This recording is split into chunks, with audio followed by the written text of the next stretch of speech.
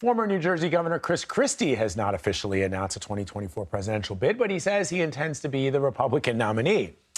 He's also calling himself a viable alternative to Donald Trump while currently touring primary states. For more on this, let's bring in Kevin Sheridan. He's a founding partner at Protean Public Affairs, a former RNC spokesperson, and he also served as a senior advisor on the Romney-Ryan presidential campaign.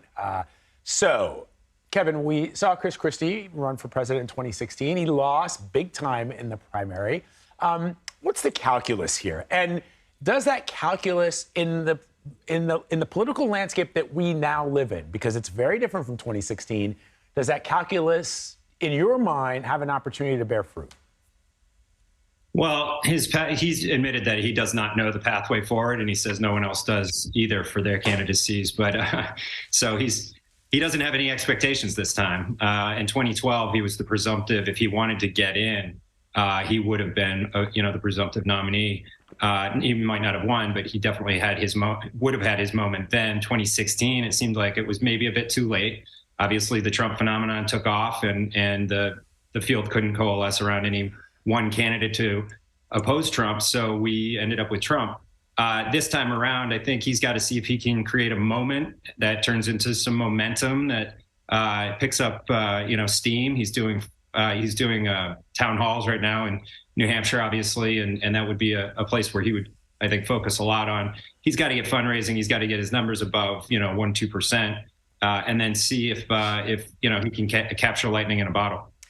When I heard this, all I kept on thinking of was there's basically been sort of a cottage industry of books detailing what happened during the Trump campaign. He is featured liberally. We know all the arguments within Trump Tower. We remember seeing him going through the golden lobby area, the things that he said on the Sunday talk shows about Donald Trump. And I just thought to myself, how is he going to get over this sort of flip-flopping of messaging and all that stuff associated with the Donald Trump campaign? What does he say in response to that?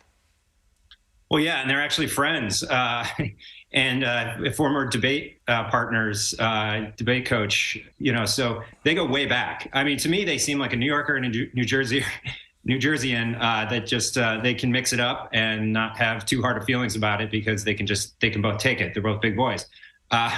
I don't know. I think we'll have to see if he can land a glove on, any of the other major candidates as well as Donald Trump. If there is even a debate, if Donald Trump agrees to get on a debate stage, if he does, I think Chris Christie could definitely do some harm to Donald Trump. But we'll have to see if he even does that. If he gets on a stage, isn't he going to have to explain how he went from being such an ardent supporter to a vocal critic and what he says is an alternative to Donald Trump? I mean, isn't he going to have to explain what some might see as disloyalty? Well, I think he's saying this is a different election. In 2016, he opposed him, then lost, then supported him, and was his friend and helped him out through that 4 years, but now he's saying it's a different time and that he doesn't believe that Donald Trump can win. And he's saying now that he wouldn't support him in 2024 if he does win the nomination. So he'll just sit it out. He's going to have to explain that. That's what he's doing, these town halls. He's going to have that question everywhere he goes. I think he's already probably sick of it. I heard him say the other day. But that's a real live wire question, and he'll have to keep answering it. Yeah, but Kevin, one thing that no one's been able to explain to me yet is the fact that Republicans are unwilling or unable or afraid to take on Donald Trump head on means that the former president has never really, truly been tested.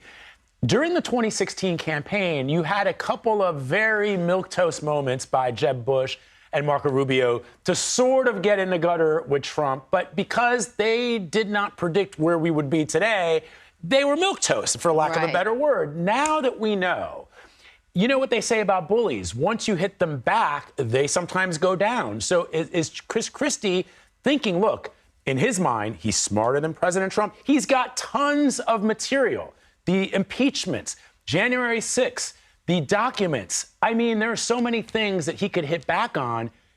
are we really sort of putting, it just strikes me that everybody's saying, oh, Trump's unbeatable, but we haven't really tested him yet. You know, but it's an awkward position for another Republican candidate to be in because, well, all the things that you're listing right now are what Democrats are going to list. And they're going to he would essentially be arguing the Democrats' case. Okay, that's a good point. Well, look, his best line would be, Donald Trump gave me COVID and he gave America Fauci. So if he goes down that path, I think he's got some personal stuff he can throw at him.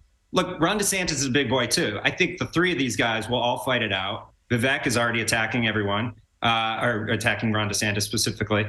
This is going to get ugly. It's going to get very feisty. I don't think any of these guys at the end of the day are going to back down because they've been attacked. Certainly, attacks bounce off of Donald Trump and Chris Christie pretty easily. We'll just have to see what sticks and who can gain momentum and how quickly. Kevin Sheridan, thank you very much. Good to see you.